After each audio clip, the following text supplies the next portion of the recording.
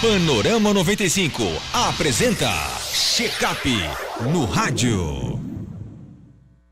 A Óticas Minha. 7h18, estamos de volta aqui com o nosso Panorama 95, nesta manhã de terça-feira, hoje recebendo o Dr. Belísio Neto, médico geriatra, aqui no nosso Panorama 95. Dr. Belísio, seja bem-vindo aqui ao nosso Panorama 95, bom dia.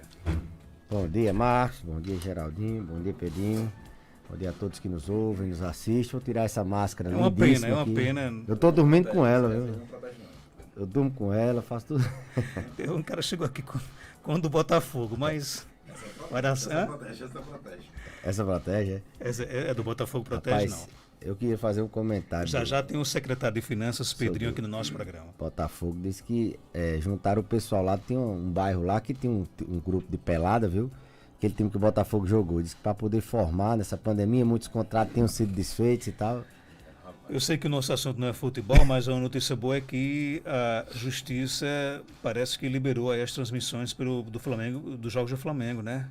A Globo quer monopolizar tudo, né, rapaz? Impressionante. A eliminada da Globo agora foi indeferido e o Flamengo está liberado para transmitir a partida do Carioca. Vai bombar no YouTube, vai ser uma audiência do YouTube. Bem capaz de derrubar. Ficar travando, né, eu acho. Mas tá bom, doutor, vamos falar de saúde, né? Que é o que importa, né? É o seguinte, o sonho de todos é chegar à terceira idade com saúde, de bem com a vida. Isso é possível? Sim, Marcos Dantas. A ideia do envelhecer com saúde, do envelhecimento saudável é exatamente essa. A gente, quando envelhece, a gente tende a ter alterações do envelhecimento, que são alterações fisiológicas, alterações normais, mas a depender de como a gente tem uma idade pregressa, a depender de como a gente cuide da vida, a gente pode ter um envelhecimento bem sofrido, um envelhecimento com muitas complicações, um envelhecimento que a gente diz um envelhecimento não saudável, um envelhecimento patológico, é o que a gente quer evitar. Então a curva do envelhecimento ela pode ser desviada. Se você vem no envelhecimento mal sucedido, a gente pode propor algumas intervenções que façam com que você envelheça de uma maneira mais saudável. Isso em qualquer faixa etária. A gente tem idosos jovens, idosos com 60 anos, tem os idosos mais intermediários de 70 até 80, de 80 para frente são idosos que a gente considera do grupo dos muito idosos. E dentro desses idosos a gente tem aqueles frágeis, aqueles que têm uma reserva menor, que podem evoluir para um desfecho negativo mais facilmente, e os não frágeis, que são as pessoas que aguentam mais a ser submetido a algum estresse, a algum agente que possa fazer a agudização de alguma doença. Então, é possível sim, se a gente precocemente, de maneira preventiva, a gente intervir. E aí como é que seria esse intervir? Desde aquele check-up tradicional, aquela bateria de exames, que a gente verifica exames no sangue para ver função renal, a gente faz alguns exames de coração, pode pedir alguns exames de rastreio de câncer, como mamografia e assim por diante. Então, desde o check-up tradicional, há algumas intervenções na vida, na própria conduta do paciente a nível de medicamento, a nível de orientação de comportamento.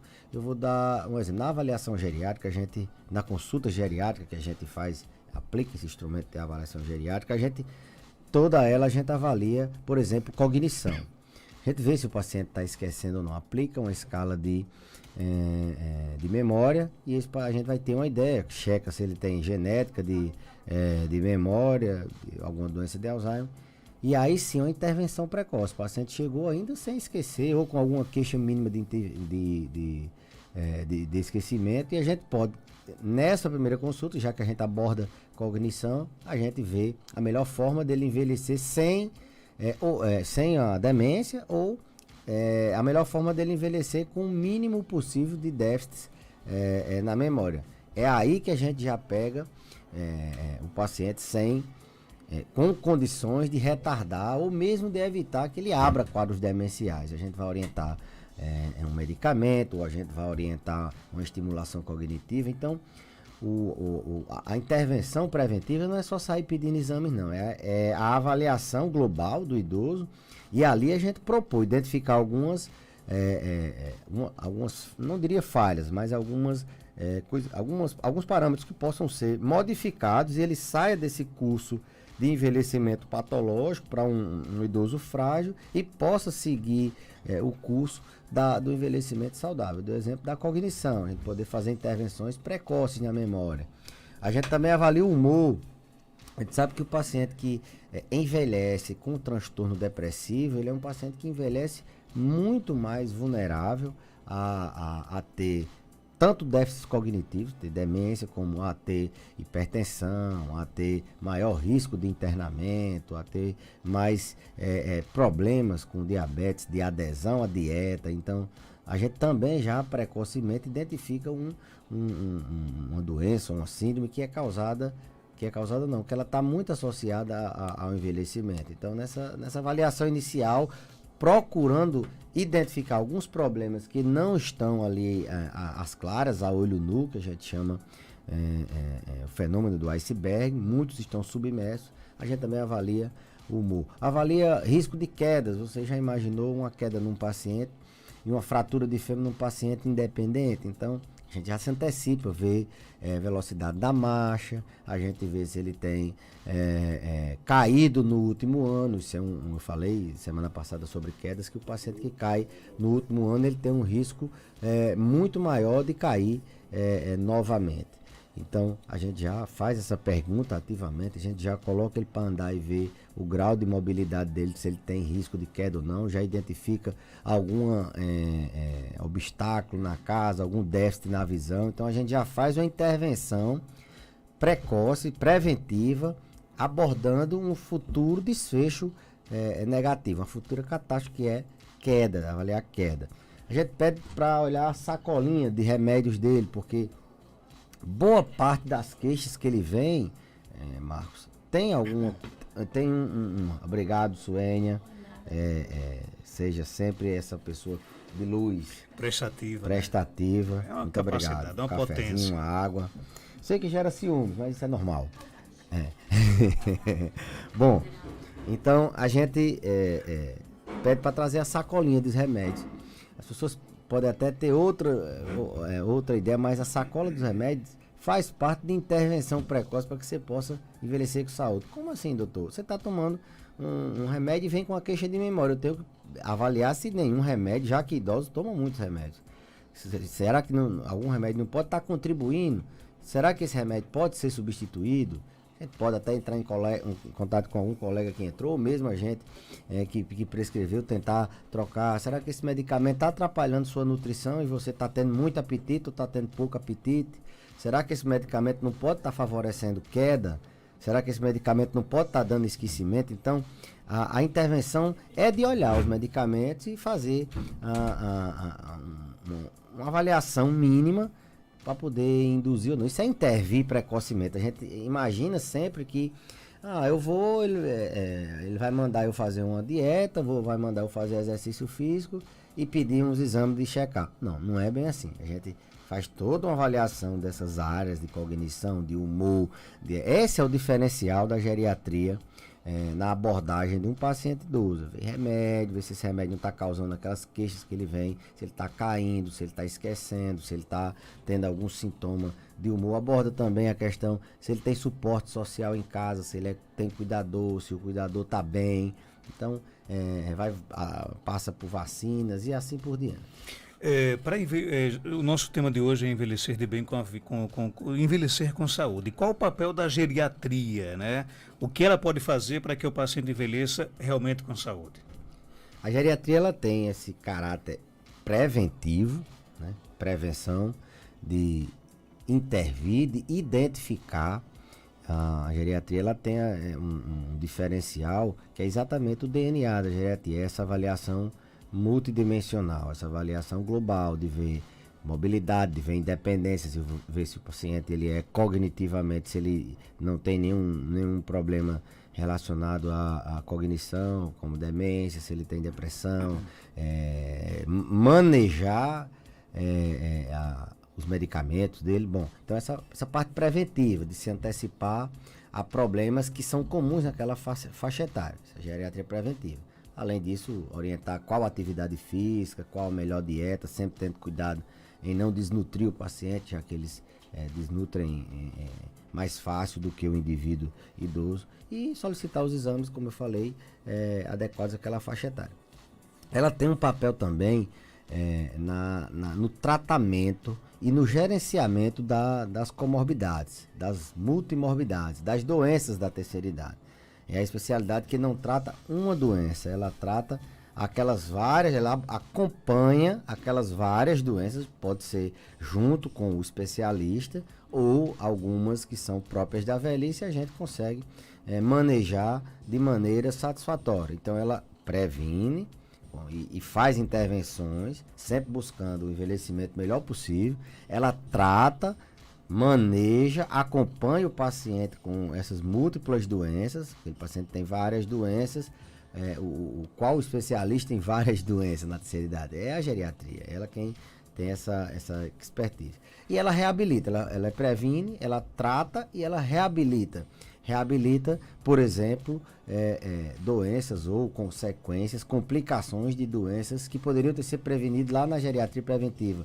Lá em um AVC, ela reabilita, tenta reabilitar, não sozinha, mas ela entra como parte na reabilitação de memória, na reabilitação de marcha. O paciente sofre uma queda, mesmo que ele não tenha fraturado, ele desenvolve um medo, um pânico de cair de novo, e aí a geriatria sabe bem como lidar com esse tipo de medo de cair.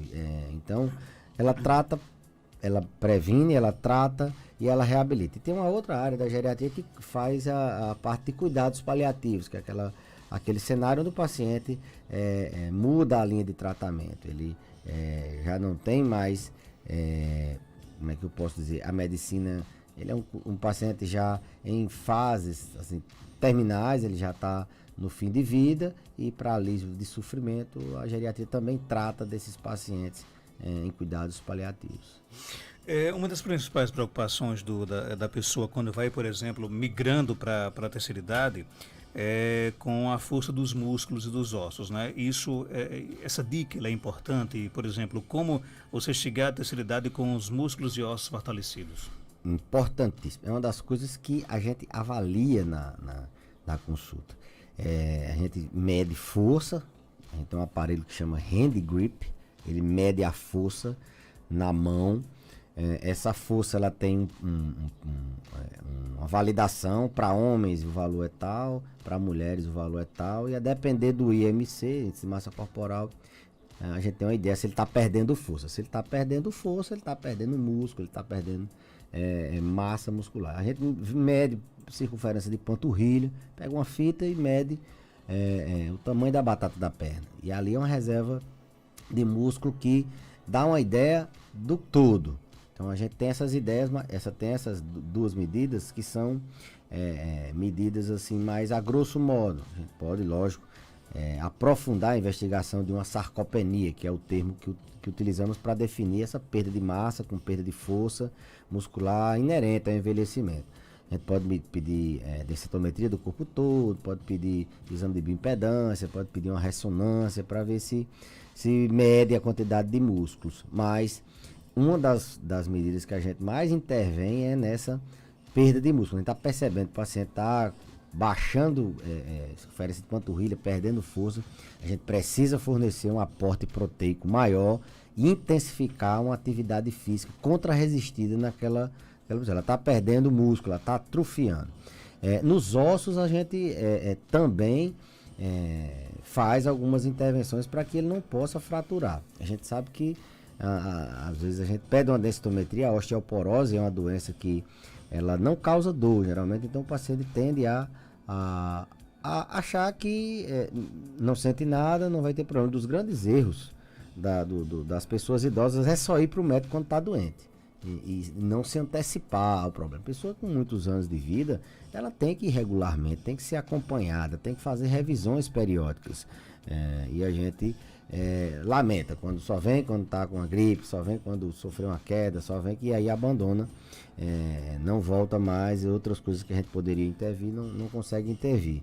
Então, essa questão de perda de massa muscular e perda de massa óssea, a gente identifica através de alguns parâmetros, através até mesmo da mobilidade do paciente, e intervém com atividade contra-resistida, melhorando a proteína, tirando algum medicamento que possa estar dificultando ele andar, tratando uma doença arterial que pode causar dor nos pés, ajeitando, vendo a própria deformidade dos pés, alguma dor que possa estar limitando dele trabalhar esse músculo. E nos ossos, como eu falei, a gente tem uma atuação de tanto manter a estrutura óssea, tratando doenças degenerativas, como a artrose, e tirando o paciente da dor, logicamente, como se antecipar a uma fratura. A gente pede a densitometria e aí identifica se o paciente tem risco de queda, trabalha a queda, evitando queda, tratando todos aqueles problemas que falamos no programa, visão, audição, equilíbrio, medicamento pode causar queda, e colocando ele num ambiente seguro e passando o remédio para tratar a osteoporose. Então, um conjunto, a gente intervém no músculo, essa síndrome que você perguntou, você, em outras palavras, falou, mas é uma síndrome que a gente chama de osteosarcopenia. É o osso e o músculo fracos, que a geriatria identifica. A gente sabe que em 1 ano, 2, o paciente vai ter um problema sério.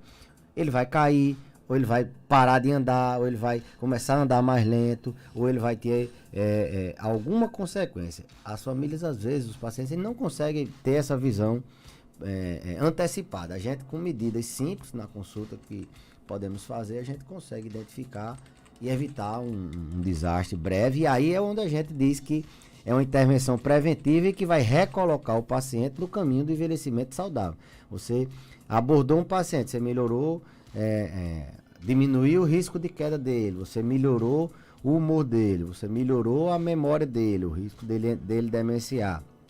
Manteve ele num risco cardiovascular melhor possível. Esse paciente, inevitavelmente, ele não vai envelhecer. Pode até ter algum acidente de percurso, mas, na média, se você faz essas intervenções, mesmo que seja um paciente já muito idoso, você vai, sim, propiciar um caminho para envelhecer sem doença. Não é fazendo só aquele check-up ou passando uma vitamina, que as pessoas às vezes querem, que você vai envelhecer bem. Não, você tem que tratar o que você identificou, mesmo que o paciente não valorize.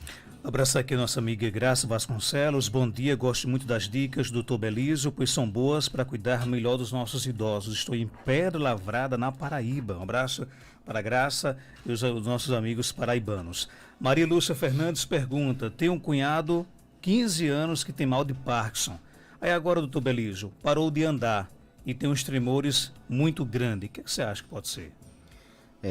A evolução do mal de Parkinson, né, da doença de Parkinson, as fases mais avançadas travam o indivíduo numa cama, numa rede ou numa cadeira. Ele fica com a mente preservada, em muitas vezes. Quando não é muito avançado, nas fases muito avançadas, ele perde a cognição. Mas ele trava ali numa cadeira e não consegue se mexer. Uma das características da doença de Parkinson é exatamente essa rigidez. Ele fica duro, sem conseguir mobilidade, porque ele tem um déficit no neurotransmissor chamado de dopamina. Aí talvez Parkinson a gente trata com medicamento, com a levodopa, com outros medicamentos, e fisioterapia e fonoterapia. Mas nesse caso, principalmente, ajustar a medicação e tentar ver o que é que ele pode minimamente ainda andar.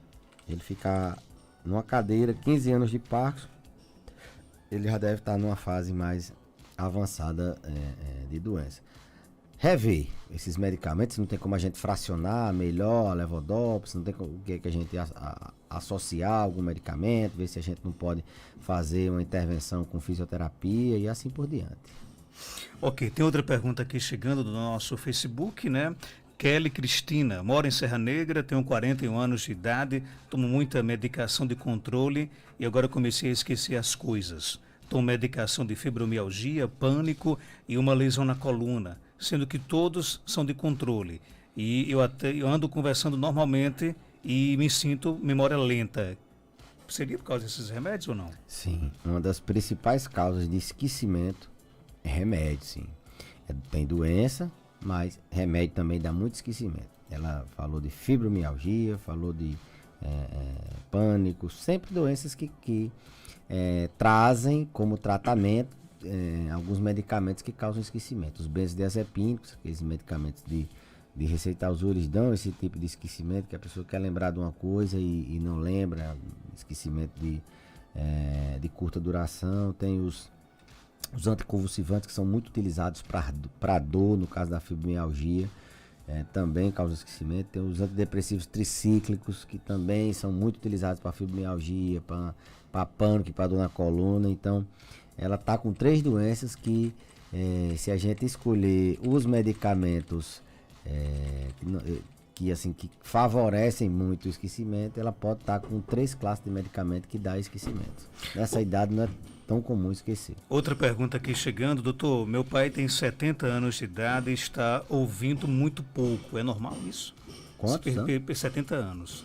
Perder a audição aos 70 anos de idade? O envelhecimento, ele cursa, Marcos, com perda dos órgãos do sentido, né? Então a gente tende a perder audição, a gente tende a perder visão, a gente tende a perder olfato, paladar, a gente tende a perder tato. Então, os idosos, eles têm mais problemas auditivos, por isso que os idosos usam mais aparelho. Eles têm mais problemas visuais, eles usam mais óculos.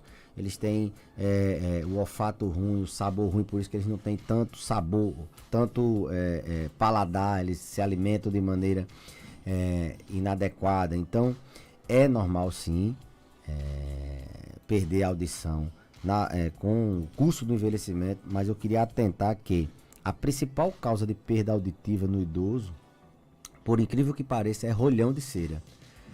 O médico com um otoscópio, um aparelhozinho, pode olhar. Se não for, não, aí deve ser neurosensorial, deve fazer uma audiometria e colocar um aparelho. Mas cheque se não tem um rolhão de cerume, déficit auditivo, tem esse detalhe. Na consulta a gente já faz uma intervenção para dissolver essa cera e orienta a fazer uma lavagem.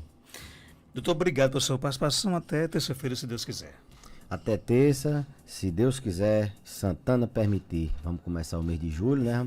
Com a máscara do Flamengo, né? Máscara do Flamengo, rezar para Santana. Vamos ser campeão carioca, se Deus quiser. Tá tudo bem encaminhado. Acho que nem pensar em força negativa. As preocupações são outras de flamenguista. Um abraço.